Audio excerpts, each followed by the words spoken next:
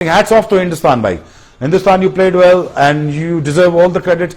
और बिकॉज हमें शाबाश देनी चाहिए आपको क्योंकि आप जीते और आपको बहुत बहुत मुबारक हो. You are the best team and you won that day. और पूरे हिंदुस्तानियों को मुबारकबाद हो. We played a very bad cricket as Pakistanis. वो डिड. आई एम सॉरी, मैं ये इसलिए नहीं कह रहा कि हम जब 99 में खेले थे हम तब भी बुरा खेले थे, लेकिन हम इतना बुरा नहीं खेले थे कि कोई कैप्टनसी नजर ही ना आए. तो हमारी बैटिंग क्लैप्स की. और बाय द वे याद रखिए, हिंदुस्तान हमेशा अपनी बैटिंग से नहीं बॉलिंग से जीतता है, क्योंकि पाकिस्तान के खिलाफ जब भी पाकिस्तान ने क्लैप्स किया, पाकिस्तान की बैटिंग क्लैप्स हुई है. और पाकिस्तान की जो बैटिंग क्लैप्स करने में जो सबसे मेन वजह होती है, जो हिंदुस्तान होता है, हिंदुस्तान की बॉलिंग होती है. सो ये परसेप्शन गलत है जी. आपकी बैटिंग जिताती है, आपकी बॉलिंग जिताती है आपको. आज भी देख लें, आपकी बॉलिंग जिता रही है. सो मैं ये समझता हूं कि बहुत डिसहार्टनिंग, बहुत गुस्सा आया. और but at the same time Pakistan ने अपने लिए बहुत बड़ी मुश्किल खड़ी कर दी है. मैं फिर भी होपफुल हूं, ऑप्टिमिस्टिक हूं, शायद वो वापस आ जाएं, लेकिन यहां से अब कुछ बनते हुए नजर नहीं आ रहा. But it's really disappointing loss. But hats off to India.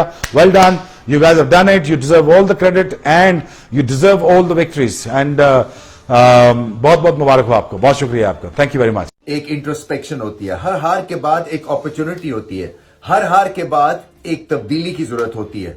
और मैं समझता हूं कि ये वो वक्त आ गया है.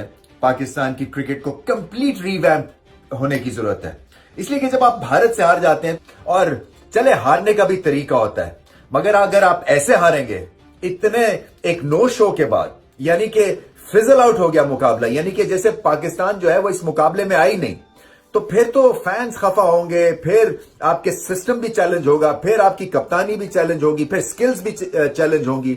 और उसके बाद फिर अगर आप प्रेशर पॉइंट्स अच्छे नहीं खेलेंगे, से सीखेंगे नहीं, तो फ्रस्ट्रेशन है. और उसके बाद क्या है, उसके बाद फिर आपको प्लेयर्स को बाहर करना है और नए प्लेयर्स को लेके आना है. और ये बहुत पहले से हो जाना चाहिए था. आप नहीं जीत सकते. आपका जो लीडर ऑफ द पैक नहीं था. आपके जो स्किल्स लेवल है वो इनफैक्ट पिछले 2-3 सालों में नीचे चले गए हैं.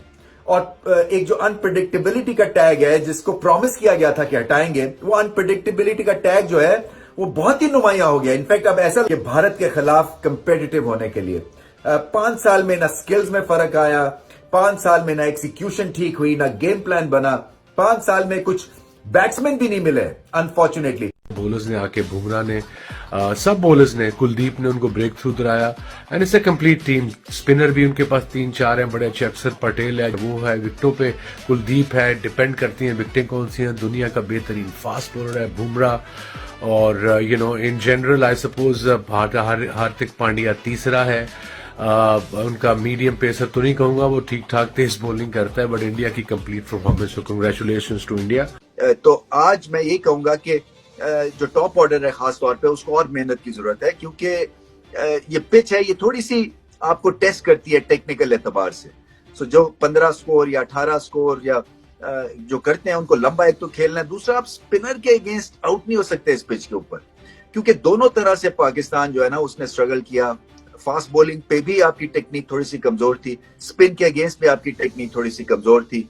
सो इसके ऊपर काम कर. खिलाड़ी आउट थे, और उसके बाद जब 10 ओवर हुए तो पाकिस्तान के 49 पर 4 खिलाड़ी आउट थे, और 15 ओवर हो गए हैं, 78 रन पर 6 खिलाड़ी आउट हैं. यानी पाकिस्तान ने पिछले 9 ओवर में सिर्फ और सिर्फ पाकिस्तान ने 34 रन बनाए हैं, और पाकिस्तान की 4 विकेटें गिरी हैं. और इस तरह की टेस्ट मैच क्रिकेट पाकिस्तान खेल रहा है, और कि उनको समझ ही नहीं आ रही. फखर जमान को ले लें, हारिस को ले लें, साइम यूब को. सलमान अली आगा उन्होंने 12 गेंदे के लिए 3 रन बनाए, और इतनी फ्लॉप इनिंग्स सलमान अली आगा की रही. बिल्कुल टेस्ट मैच उनको समझ नहीं आती क्या करना है. हसन नवाज काफी प्रॉमिस प्लेयर हैं, लेकिन वो भी लंबे अरसे से उनसे भी रन नहीं आ रहे. 7 गेंदों में 5 रन बनाकर वो भी आउट हुए.